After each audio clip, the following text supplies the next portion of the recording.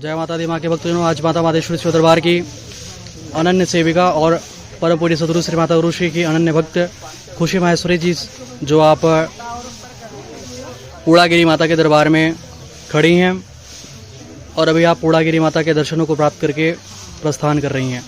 हम देख रहे हैं कि आपके हाथों में ये जय माता दी नाम का जो ध्वज है, इसके बारे में हम जानते हैं कि आप इस ध्वज को अपने हाथों में धारण करके कैसा महसूस कर रही हैं और ये आपको किसने प्रदान किया, तो बताइए। जय माता दी।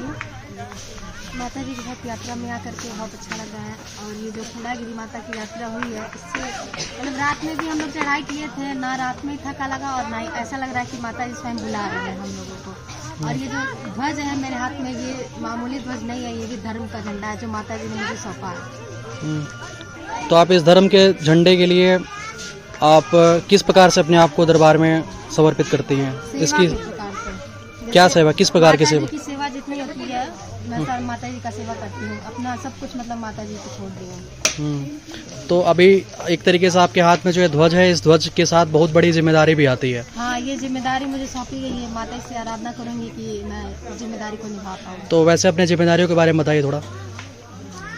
माता जी के साथ रहती हूँ और मतलब माता जी का जो भी सेवा रहता है वो करती हूँ। सेवा आज अपनी जिम्मेदारी निभाती हूँ। ये रहता है कि जैसे मैं सेवा कर रही हूँ माता जी का, वैसे ही सब लोग सेवा कर रहे हैं। तो और सेवा के अलावा भी आपका क्या दायित्व है दरबार में? सेवा के अलावा भी मेरा बहुत पूजन भी कराती हूँ और पढ़ाई भी करती हूँ अपने घर पे दरबार में। और बताइए अपने कर्म के बारे में कुछ बताइए कि दरबार में रह करके आपको माता जी के द्वारा क्या ज्ञान, क्या सद्ज्ञान दिया जाता है, इसके बारे में कुछ प्रकाश डालिए।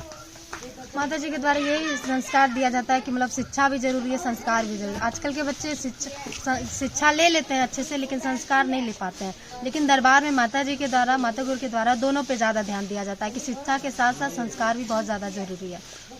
तो आप ये बताइए, अपने एज के आप बच्चियों को आप क्या संदेश देना चाहेंगी? क्योंकि एक तरीके से माता मातेश्वरी शिव दरबार में रह करके आप जिस माहौल में पली बढ़ी हैं और हम लोग पले बढ़े हैं, ये अक्सर बच्चे इस माहौल से वंचित रहते हैं। वो अपने सांसारिक चीज़ों में लिप्त रह करके और भक्ति भाव, पूजा पाठ, जप तप, व्रत उपवास, इन सारी चीज़ों से नाता तोड़कर बैठे रहते हैं। मोस्टली ऐसा देखा जाता है। तो आप इन सारी चीज़ों को काफ़ी करीब से देखती हैं, पूजा पाठ, जप तप, व्रत उपवास और इन सारी चीज़ों को। तो इस पे बताइए कि आप क्या कहना चाहेंगी अपने एज के बच्चियों को? अपने एज की बच्चियों को ये कहना चाहेंगे कि अपने माता पिता के भी ध्यान दे पढ़ाई के साथ साथ, और पूजा पाठ में भी मन लगाए, क्योंकि पूजा पाठ के बिना कोई भी जीवन अधूरा माना जाता है। किस टाइप की पूजा बताई जाती है माता जी के द्वारा? माता जी के द्वारा श्रद्धा भक्ति। अब ऐसा नहीं कि दिन भर बैठ करके कंठी माला जपिए।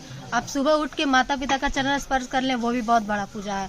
सबका पैर स्पर्श करें, वो भी बहुत बड़ा पूजा है। आप नहीं कुछ करते तो अगरबत्ती जला करके घर से बाहर निकलिए, स्कूल जाइए। आप परम पूज्य सदगुरु श्री माता गुरु श्री के द्वारा कोई ऐसा बहुत खास सीख है, उसको बताइए। जो सबसे प्रथम सीख क्या प्रदान की गई आपको? सबसे प्रथम सीख प्रदान की गई है कि माता जी का बात मानना बहुत जरूरी होता है। अगर वो ना रहे तो हम लोग आगे ही नहीं बढ़ पाएंगे। बात मानना जैसे अगर ये चीज माता जी बोल रही, ये चीज नहीं करना, तो उसको याद रखना है कि नहीं माता जी बोली है, किसको नहीं करना। तो अपने जीवन में आप ऐसा देखती हैं कि माता जी की बात मानने से जीवन आगे की ओर अग्रसर होता है? हाँ, हम देखते हैं ऐसा बात मानने से कि माता जी का बात मानने से हम आगे भी बढ़ सकते हैं। तो कैसा लगता है आपको माता जी का बात मान के, वचन का पालन करके?